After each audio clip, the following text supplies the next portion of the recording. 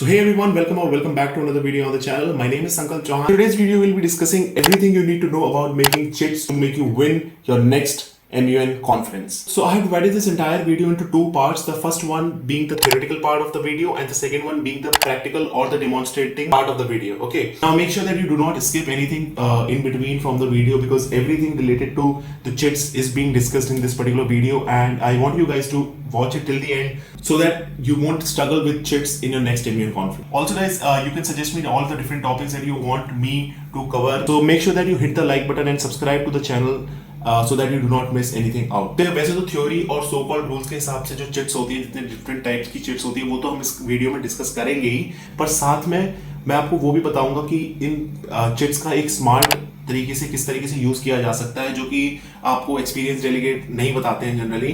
ठीक है, तो इन चिट्स को आप किस तरीके से अच्छे से और स्मार्ट वे में यूज कर सकते हो वो भी हम लोग डिस्कस करेंगे. नाउ मूविंग ऑन, जो फर्स्ट टाइप की चिट होती है वो होती है point of information chit. Point of information और पीओआई चिट्स जनरली किसी भी डेलीगेट से क्वेश्चन पूछने के लिए की जाती है. ठीक है, the major purpose of a point of information chit is to ask a question to a delegate. Now here are two ways in which you can send a POI to a delegate. The first one being when you can directly send the POI check to the delegate, and the second one being you can send the delegate but via EB. So the major difference between both of them is that if you send the chit directly to the delegate, that thing won't be marked by the executive board because obviously that did not really come up till the executive board, right? But when you send the chit via EB, then you will be marked based on the type and the quality of question that you have asked to a particular delegate. Now one more thing that you need to know about is that if you are sending a POI via chit, make it highly precise in nature. Now although we will discuss on how to write a proper POI chit in the upcoming part of the video, but still make sure that you write and make your questions very specific to the things. Also one key thing to keep in mind is that you have to jump directly to the question with minimal reference to the context. मतलब इतना ऐसे कुछ चिट्ठा मत लिख देना context के नाम पे कि भाई पढ़ने का मन ही ना करे. ठीक है, तो make sure that it is highly precise in nature. One more thing जो बहुत सारे डेलीगेट्स मिस्टेक करते हैं पीओआई लिखने के लिए, वो ये होती है कि यार they ask something entirely different which was not even mentioned in the speech which was given by the delegate. So make sure that you ask question based on only based on the things that the delegate has mentioned in his or her speech. Now also यार POI chits का use तुम सिर्फ तब करो if you are not getting enough recognition to ask a verbal POI and you raise your placard and ask the POI then and there itself. उस चीज का wait मत करो कि भाई अपन चिट में भेज देंगे या वो सब करेंगे. These are the like indications of a lazy delegate. Yeah, so you do not really have to be a lazy delegate. You have to be an active delegate and win the conference. Now POI का ही एक extension होता है reply chits. मतलब अगर आपके पास questions अगर आए हैं तो उसका जवाब भी तो देना पड़ेगा ना. तो उसका जवाब देने के लिए हम लोग यूज करते हैं reply chits. Being a chair also in certain committees, I have seen that यार reply chits में delegates just mess up like anything. ठीक है, मतलब उनके पास क्वेश्चन आता है फिर आंसर देने के लिए कुछ भी बोल देते हैं उल्टा सीधा, तो वो चीजें मत करना, वो चीजें अवॉइड करना. ऑल्सो रिप्लाई चिट्स लिखने के लिए कुछ एटिकेट्स होते हैं, डेलीगेट एटिकेट्स होते हैं, right? Like you have to make sure that you are using a formal language. Like always anything that you are writing in the committee, make sure that you have an very official and a formal language. कुछ भी अंटशंट मत बोल देना committee में, it will backfire you in the ways you have not possibly imagine. Also यार POI का reply देने का ना एक तरीका होता है. ठीक है, सपोज करो कि हमारे पास एक क्वेश्चन, मतलब ये देख लो कलर्ड वाला है. ठीक है, मतलब this is a question that I have received from one delegate. ठीक है, suppose this is a question and this is an answer to it. Okay, this is an answer that I have read. Also one more thing yaar, always use a separate paper, separate chit to answer the question of a delegate. ठीक है यार, ये गलीचपना मत करना committee में कि मतलब तुम एक ही जिस पे क्वेश्चन आया है उसी में ही तुम आंसर लपेट के और भेज रहे हो. ठीक है, ये सब चीजें मत करना, बहुत अनएथिकल लगती हैं. ठीक है, बहुत अजीब सी और गंदी लगती है. ठीक है, मत करना वो चीज.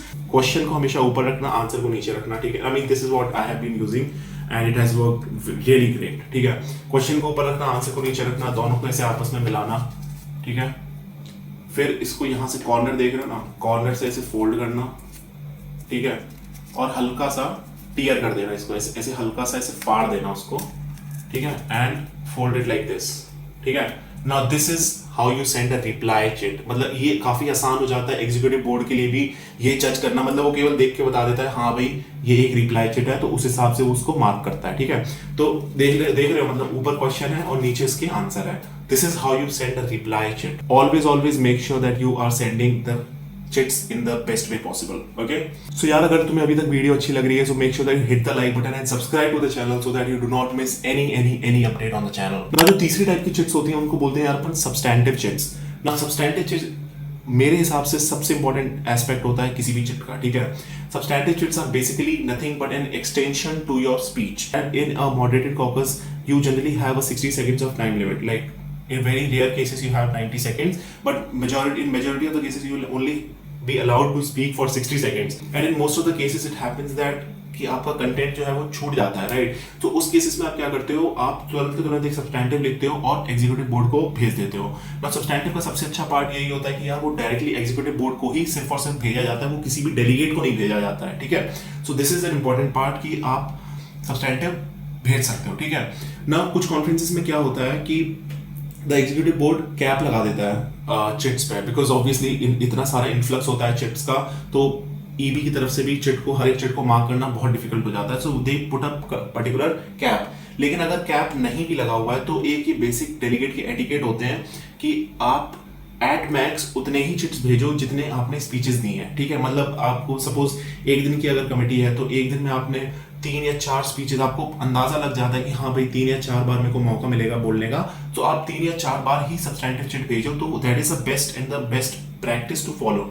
आप और भी भेज सकते हो, बट देन अगेन सब कुछ एवरेज आउट हो जाता है and that does not make a good impact on the executive board as well. So अगर आप सब्सटैंटिव चिट भेज रहे हो तो मेक श्योर दैट वो बहुत ही प्रिसाइज इन नेचर हो और एक स्पीच के बाद एक ही सब्सटैंटिव। और एक और बात बहुत इंपॉर्टेंट है यार, चिट्स को चिट्स की तरह यूज किया करो। I mean in most of the conferences you will be probably be provided with a notepad like this, ठीक है। मतलब ये एक नोटपैड है, ठीक है। इसमें आप मतलब इसका पेज का स्टैंडर्ड साइज इतना होता है, ठीक है। इस पेज का स्टैंडर्ड साइज से ज्यादा का सब्सटैंटिव मत लिखो, ठीक है। मतलब ऐसा नहीं है कि तुम कॉपी का पेज फाड़ के और पूरा पैराग्राफ और पूरा विकिपीडिया के आर्टिकल छाप रहे हो, मत यूज करो उस चीज को, ठीक है। इसका सिंपल ये एक साइज होता है, स्टैंडर्ड साइज होता है, इसी पे ही लिखो और पैराग्राफ्स में डिवाइड करके लिखो। That will be the best for the executive board as well as you. ना अभी मैं आपको वो बताऊंगा जो मैंने आपको शुरुआत में वीडियो में बताया था कि आप इन चिट्स को किस तरीके से एक स्मार्ट तरीके से यूज कर सकते हो, सो that you have the maximum advantage in the committee, ठीक है। सो जनरली क्या होता है ना कि यार मैंने जैसे बताया कि पीओआईज के फॉर्म में या पीओआई चिट्स जो होती है वो या तो डेलीगेट के थ्रू डायरेक्ट जा सकती है या फिर एग्जीक्यूटिव बोर्ड के थ्रू जाती है, ठीक है। सो जो चिट्स डायरेक्टली डेलीगेट के पास जाती हैं उन चिट्स को हम लोग किस तरीके से स्मार्टली यूज कर सकते हैं बताता हूं मैं आपको। Number 1 is to communicate with other delegates in the formal session, ठीक है। नाउ क्या होता है जनरली जब आप किसी मॉडरेटेड कॉकस के पार्ट में होते हो तो या फिर किसी ऑफिशियल सेशन में बीच में होते हो, so you are not able to contact to other delegate, right. So उसमें तुम क्या कर सकते हो कि you can communicate with the other delegate in order to ask for more time if he और she will be left in the GSL. Like ये मेरे साथ भी हुआ था कि एक बहुत ही स्मार्ट डेलीगेट आया था इसके कमिटी में, so he was using this की like he was like writing a chit down and he was sending it to me that to ask for an extra time in order to have extension to his speech, right? So make sure that you do not do if you are getting a chat like that, but if you are collaborating with delegates then that can work in a really good manner. तो generally जीएसएल्स में ऐसा होता है कि यार अगर delegate का time बच जाता है तो उसके 3 टाइप के यील्ड्स होते हैं, दैट ही और she can yield it to the executive board, to the POIs और to other delegate, right. So ये जो टू अदर डेलीगेट वाला एडवांटेज होता है वो कुछ स्मार्ट डेलीगेट्स यूज करते हैं बाय सेंडिंग चिट्स कि भाई आपका जो बचा हुआ टाइम होगा क्या आप वो मेरे को दे दोगे। तो वो जनरली जो ऐसे डेलीगेट्स होते हैं वो फर्स्ट टाइमर्स होते हैं, उनको एक्सपीरियंस नहीं होता, वो जनरली दे देते हैं वो एक्स्ट्रा टाइम, ठीक है। तो that is a very smart way to play. So make sure that you hit the like button for the tip. Let's move on to the second part of the video where we will demonstrate on how to write a particular proper chit. Okay, let's go. Simple मैं बताऊंगा इसमें कि किस तरीके से POI chit को actually में लिखा जाता है, POI as well as substantive chit को, ठीक है। मतलब कुछ ज़्यादा एलैबोरेट नहीं करूंगा, बस बेसिक कंटेक्स्ट बता दूंगा किस तरीके से लिखा जाता है, ठीक है। तो जब भी हम लोग पॉइंट ऑफ इन्फॉर्मेशन वाली चिट्स लिखते हैं तो हम लोग ऊपर लिखते हैं POIs एंड देन एक ऑब्वियसली फ्रॉम। सपोज मैं चाइना रिप्रेजेंट कर रहा हूँ तो, और ध्यान रखना यार अगर कोई अच्छी बड़ी कॉन्फ्रेंस है तो make sure that you always right the official name of your country, ठीक है। अगर मैं जैसे चाइना रिप्रेजेंट कर रहा हूँ तो आई ऑलवेज मेक श्योर कि मैं पूरा ऑफिशियल नेम लिखूँ उसका ऑफ चाइना, ठीक है। और 2 में तुम लिख सकते हो दूसरी कंट्री को जिसको तुम भेज रहे हो। फॉर एग्जांपल मैं फ्रांस को भेज रहा हूँ तो I always write it as French Republic. Now I know कि ये सब चीज़ें जो है वो काफ़ी छोटी छोटी चीज़ें होती हैं बट ये काफ़ी इंपॉर्टेंट होती हैं, ठीक है। और यहाँ पे तुम साइड में लिख सकते हो वाया ईबी, ठीक है। तो ये वाली जो चिट हो जाएगी फिर वो वाया एग्जीक्यूटिव बोर्ड जाएगी, ठीक है। तो अभी क्या होता है पीओआई चिट्स में क्या होता है, जनरली ज़रूरी नहीं है कि तुम इतना बड़ा पेज और इतना बड़ा नोटपैड लेके उस पर लिखो, बट यहाँ पे पहले पैराग्राफ में तुम थोड़ा सा कंटेक्स्ट दोगे एट मैक्स 1, 2 और 3 लाइन्स का, ठीक है।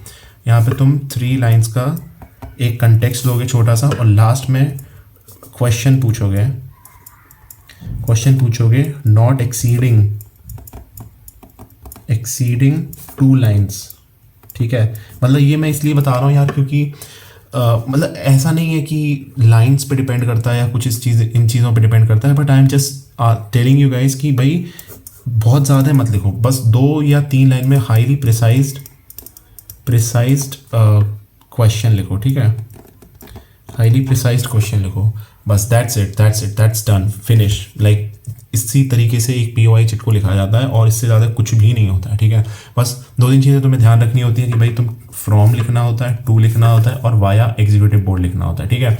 इसी जगह पे अगर तुम किसी और डेलीगेट को भेज रहे हो सेम पीओआई चिट, तो बस ये वाया ईबी वाला पार्ट जो है उसको इरेज कर देना, मतलब मत लिखना, और ये पीओआई चिट रेडी हो जाएगी तुम्हारी। यार अब आते हैं अपन सब्सटैंटिव चिट के बारे में, ठीक है। सब्सटैंटिव चिट लिखने के लिए सबसे पहले ऊपर सब्सटैंटिव लिख लिया करो, सब्सटैंटिव चिट लिख लिया करो, ठीक है। ऊपर सब्सटैंटिव चिट लिख लोगे तो अच्छा रहेगा कि मतलब पता लग जाता है कि हाँ भाई है कि नहीं है, ठीक है। और यहाँ पे तुम कुछ नहीं, बस वही सेम चीज़ from People's Republic China and to the executive board. मैंने पहले तुम्हें वीडियो में भी बताया है कि भाई सब्सटैंटिव चिट जो होती हैं वो सबका सिर्फ ईबी को जाती है, ठीक है। तो ये हो सकता है। उसके बाद इसको कुछ नहीं करना यार, कंटेक्स्ट में थोड़ी बड़ी होती हैं तो ये हम लोग पैराग्राफ्स में डिवाइड कर देते हैं, ठीक है। और पॉइंट्स में हमेशा कोशिश करो कि भाई तुम किसी भी चीज़ को पॉइंट्स में लिखो, इसमें para 1 and then para 2 and then अब पैरा 3 लिख सकते हैं, ठीक है। उसको भी अगर तुम पैरा 1 में भी तुम अगर पॉइंट्स में डिवाइड कर सकते हो किसी चीज़ को, ठीक है, या फिर तुम्हें कन्वेंशंस लिखनी हो या आर्टिकल्स लिखने हो तो उसको तुम इस तरीके से डिवाइड कर सकते हो, ठीक है। ABC 1 2 3 करके, जैसे मतलब समझ में आए उस तरीके से। और इससे ज़्यादा सब्सटैंटिव चिट्स में और कुछ नहीं होता है, इसको तुम ऐसे चुपचाप फाड़ो यहाँ से, ठीक है, और भेज दो एग्जीक्यूटिव बोर्ड को, ठीक है। Cheers. So with this we end up the video guys, and I hope you really like the video, and whatever your views are, just comment them down right in the comment section, and also tell me what could be the possible other topics on which I should be making videos related to MUNs, and share this video with other friends, man. I mean, this is something that we are trying to grow as an online community of MUNers and everything, so make sure that you share the videos with with your friends as well. So with this we end up the video, and I'll see you in the next video. Bye.